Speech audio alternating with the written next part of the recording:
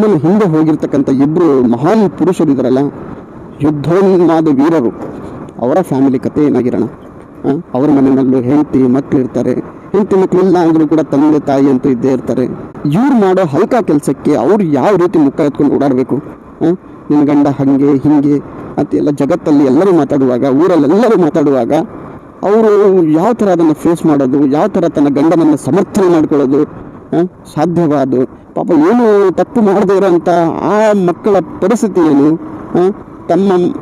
ಆ ಮಕ್ಕಳು ತನ್ನ ತಂದೆ ನಿರಪರಾಧಿ, ನನ್ನ ತಂದೆ ಏನೂ ಮಾಡಿಲ್ಲ ಅಂತ ಹೇಳ್ಕೊಂಡು ಓಡಾಡೋದಾದ್ರೂ ಹಿಂಗೆ ನೋಡಿ. ಇದು ಇಂಥ ಘಟನೆಗಳಿಂದ ಒಂದು ಸಂಸಾರ ಅಲ್ಲ, 3-4 ಸಂಸಾರಗಳು ಹಾಳಾಗಿ ಹೋಗ್ಬಿಡ್ತವೆ. ಮಹಾನ್ ಸಾಧನೆ ಮಾಡಿ ಜೈಲ್ ಸೇರಿರುವಂಥ ಇಂಥ ವ್ಯಕ್ತಿಗಳಿಂದ ಅವರ ಫ್ಯಾಮಿಲಿ ಸಫರ್ ಆಗೋದಿದೆಯಲ್ಲ, ಆದರೆ ಯಾವ ತಪ್ಪನ್ನು ಮಾಡದೆ ಇಂಥವರನ್ನು ಮದುವೆ ಆಗಿದೆ ಅನ್ನೋ ಕಾರಣಕ್ಕೋಸ್ಕರ ಅನಿವಾರ್ಯವಾಗಿ ನೋವನ್ನು ಅನುಭವಿಸೋದಿದೆಯಲ್ಲ, ಅದನ್ನು ಅವರ ಅಪ್ಪ ಅಮ್ಮ ಸಹಿಸ್ಕೊಳ್ಳೋದಿದೆಯಲ್ಲ, ಅದು ತುಂಬ ಅಂದರೆ ತುಂಬ ಕಷ್ಟ. ಅದನ್ನು ಸಮರ್ಥನೆ ಮಾಡ್ಕೊಳ್ಳೋಕ್ಕೂ ಆಗಲ್ಲ, ನನ್ನ ಗಂಡ ನಿರಪರಾಧಿ ಅಂತ ಹೇಳ್ಕೊಳ್ಳೋಕ್ಕೂ ಆಗಲ್ಲ.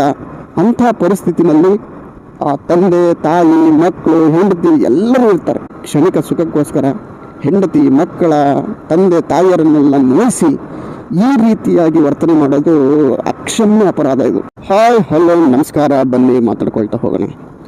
ಜಗತ್ತಲ್ಲಿ ಕೆಟ್ಟ ಹೆಂಡತಿ ಇರ್ಬೋದು, ಕೆಟ್ಟ ಸೊಸೆ ಇರ್ಬೋದು, ಕೆಟ್ಟ ಅತ್ತೆ ಇರ್ಬೋದು, ಹೌದಾ, ಏನೆಲ್ಲ ಕೇಳಿದ್ದೀವಿ. ಆದರೆ ಕೆಟ್ಟ ತಾಯಿ ಇರಲಿಕ್ಕೆ ಸಾಧ್ಯವೇ ಇಲ್ಲ ಈ ಜಗತ್ತಲ್ಲಿ ಅನ್ನೋದನ್ನು ನಾವು ಕೇಳಿದ್ದೀವಿ ಚಿಕ್ಕವರಿದ್ದಾಗ, ಅದರ ಜೊತೆಗೆ ಓದಿದ್ದೀವಿ ಕೂಡ. ಆದರೆ ಈ ಕಲಿಯುಗದಲ್ಲಿ ಏನೆಲ್ಲವೂ ಸಾಧ್ಯ. ಕೆಟ್ಟ ಸೊಸೆ ಇರಲಿಕ್ಕೂ ಸಾಧ್ಯ, ಕೆಟ್ಟ ತಾಯಿ ಇರಲಿಕ್ಕೂ ಸಾಧ್ಯ, ಕೆಟ್ಟ ಮಗಳು ಇರಲಿಕ್ಕೂ ಸಾಧ್ಯ, ಏನೆಲ್ಲವೂ ಸಾಧ್ಯ. ಈ ಘಟನೆ ನಡೆದಿರೋದು ವಿಜಯನಗರ ಜಿಲ್ಲೆಯ ಹೂವಿನ ಹಡಗಲಿ ತಾಲೂಕಿನ ಇಟ್ಟಿಗೆ ಗ್ರಾಮದಲ್ಲಿ. ಈ ಊರಿನಲ್ಲಿ ಅನೈತಿಕ ಸಂಬಂಧಕ್ಕೋಸ್ಕರ ಒಂದು ಕೊಲೆ ಆಗಿದೆ. ಆ ಕೊಲೆ ಬೇರೆ ಯಾರ ಕೊಲೆಯೂ ಅಲ್ಲ, ತನ್ನ ಸ್ವಂತ ಮಗನ ಕೊಲೆಯನ್ನ ತಾಯಿಯೇ ಮಾಡಿಸಿದ್ದಾಳೆ. ಏನಕ್ಕೆ ಅನ್ನೋದ್ರ ಬಗ್ಗೆ ನಾವು ಬರೋದಾದರೆ, ಈ ಮಹಿಳೆಯ ಗಂಡ ತೀರ್ಕೊಂಡು ಸುಮಾರು 8-9 ವರ್ಷ ಆಗಿದೆ. ಅವಾಗಿಂದ ಪಾಪ ಒಂಟಿ ಹೆಣ್ಣುಮಗಳು ಇದ್ದೇ ಇರುತ್ತೆ. ಈ ಕಾಮ ಅನ್ನೋದು ಇದೆಯಲ್ಲ, ಅದು ಯಾರನ್ನೂ ಕೇಳೋದಿಲ್ಲ. ಅದು ಎಂಥವರನ್ನು ಕೂಡ ಬಗ್ಗಿಸ್ಬಿಡತ್ತೆ, ಎಂಥವರಿಗೆಲ್ಲ ಏನೆಲ್ಲ ಮಾಡಿಬಿಡತ್ತೆ. ಈ ಜಗತ್ತಲ್ಲಿ ನಾನು ಈ ಹಾದಿಯನ್ನು ಹಿಡಿದ್ರೆ ಏನೆಲ್ಲವೂ ಕೂಡ ಸಾಧ್ಯ, ನಾನು ಏನೆಲ್ಲ ಫೇಸ್ ಮಾಡಬೇಕಾಗತ್ತೆ ಅಂತ ಗೊತ್ತಿದ್ರೂ ಕೂಡ ಆ ಕಾಮವನ್ನು ಸೋಲಿಸೋದಾಗ್ಲಿ ಸಾಯಿಸೋದಾಗ್ಲಿ ಬಹಳ ಕಷ್ಟ. ಅದನ್ನು ಬಹಳಷ್ಟು ಜನ ನಿಯಂತ್ರಣದಲ್ಲಿ ಇಟ್ಕೊಳ್ತಾರೆ. ನಿಯಂತ್ರಣದಲ್ಲಿ ಇಟ್ಕೊಳ್ಬೇಕಾಗಿರೋದು ಮನುಷ್ಯನ ಸಹಜ ಧರ್ಮ. ಅದು ಈ ಅಮ್ಮನ ವಿಚಾರದಲ್ಲಿ ಹಂಗಾಗಿಲ್ಲ. ಅನಿವಾರ್ಯ, ಪಾಪ ಗಂಡ ಇಲ್ಲ, ಏನು ಮಾಡೋದು, ಬೇರೆ ವಿಧಿ ಇಲ್ಲ. ಅದನ್ನು ನಾವು ತಪ್ಪು ಅಂತಲೂ ಕೂಡ ನಾವು ಡಿಸೈಡ್ ಮಾಡೋಕ್ಕೂ ಆಗಲ್ಲ. ಕೆಲವೊಂದು ದೃಶ್ಯಗಳು ಇದ್ದೇ ಇರುತ್ತೆ, ನಾವು ಅದಕ್ಕೆ ಅಲ್ಲ ಅಂತ ಹೇಳೋಕ್ಕಾಗಲ್ಲ. ಆದರೆ ಏನಾಗಿದೆ ಅಂದರೆ, ಈ ಅಮ್ಮನ ಮಗ ಒಬ್ಬ ಇದ್ದ. ಆ ಹುಡುಗ 7ನೇ ತರಗತಿ ಓದ್ತಾ ಇದ್ದ, 7th ಸ್ಟ್ಯಾಂಡರ್ಡ್ ರೀ. ಸಣ್ಣ ಹುಡುಗ ಅಲ್ಲ, ಏನಲ್ಲ ಅದಲ್ಲ. ಈ ಅಮ್ಮನಿಗೂ ಒಂದು 36 ವರ್ಷ ವಯಸ್ಸಷ್ಟೇ. ಸಹಜವಾಗಿಯೇ ದೇಹ ಕೇಳುತ್ತೆ ಅಂತಂದಾಗ ಏನು ಮಾಡ್ಲಿಕ್ಕಾಗಲ್ಲ.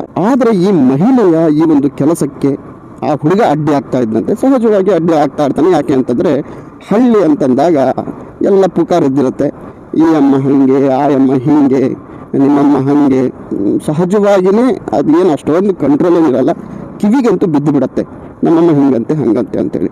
ಆ ಸಂದರ್ಭದಲ್ಲಿ ಈ ಹುಡುಗ ಅದನ್ನು ಕಂಟ್ರೋಲ್ ಮಾಡೋಕ್ಕೆ ಹೋಗಿದ್ದಾನೆ.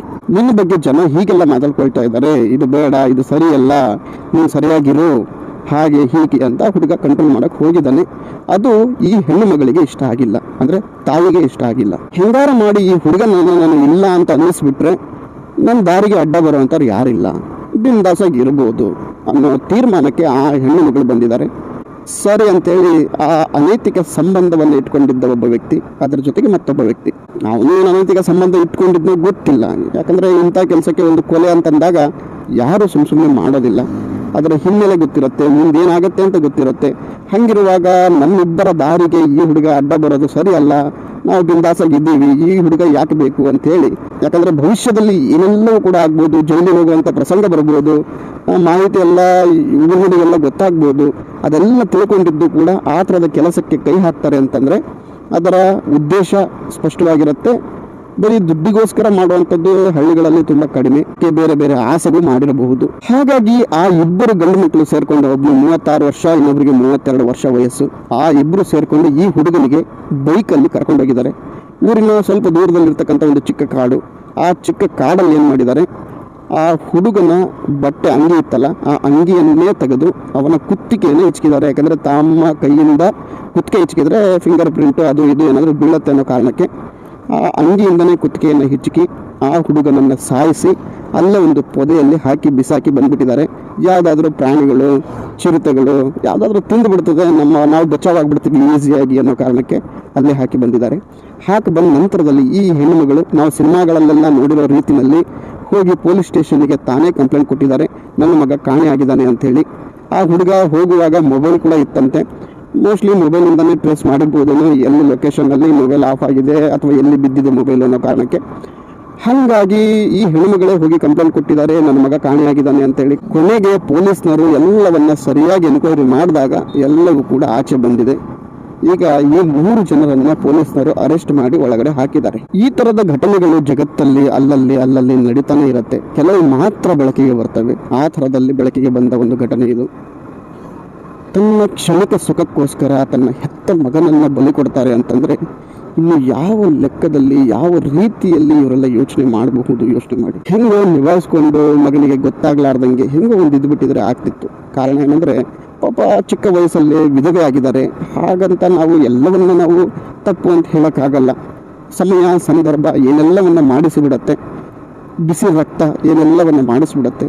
ಹಾಗಂತ ತನ್ನ ಮಗನನ್ನೇ ಕೊಲ್ಲಕ್ಕೆ ಹೊರಟಿದ್ದು, ತನ್ನ ಅನೈತಿಕ ಸಂಬಂಧಕ್ಕೆ ಮಗ ಅಡ್ಡಿ ಆಗ್ತಾ ಇದ್ದಾನೆ ಅಂತ ಹೇಳಿ ಮಗನನ್ನೇ ಕೊಲ್ಲಕ್ಕೆ ಹೊರಟಿದ್ದು, ಮಗನನ್ನೇ ಕೊಂದದ್ದು, ಇದು ಅಕ್ಷಮ್ಯ ಅಪರಾಧ.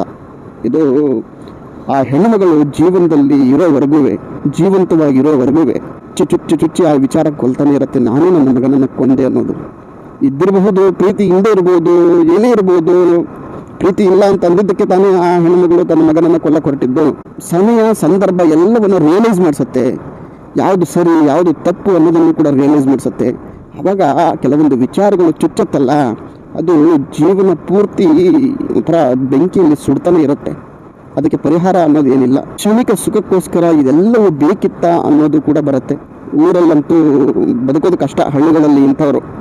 ಯಾಕಂದರೆ ಪ್ರತಿ ದಿನವೂ ಕೂಡ ಅದೆಲ್ಲ ಕಾಡ್ತಾ ಇರುತ್ತೆ, ಜನ ನೆನಪು ಮಾಡ್ತಾ ಇರ್ತಾರೆ. ಈ ಥರದ ತಾಯಂದರು ಜಗತ್ತಲ್ಲಿ ಯಾರಿಗೂ ಸಿಗದೇ ಇರಲ್ಲಪ್ಪ ಅಂತ ಕೇಳ್ಕೊಬೋದು ಅಷ್ಟೇ. ಓಕೆ, ಇಲ್ಲಿವರೆಗೂ ಬಂದಿದ್ದೀರಿ, ವಿಡಿಯೋನ ನೋಡಿದ್ದೀರಿ. ಮತ್ತೆ ಸಿಗ್ತಾರಣ. ಅಲ್ಲಿವರೆಗೂ ಟಾಟಾ, ಬಾಯ್ ಬಾಯ್, ಸಿ ಯು. ನಮಸ್ಕಾರ ಕರ್ನಾಟಕ.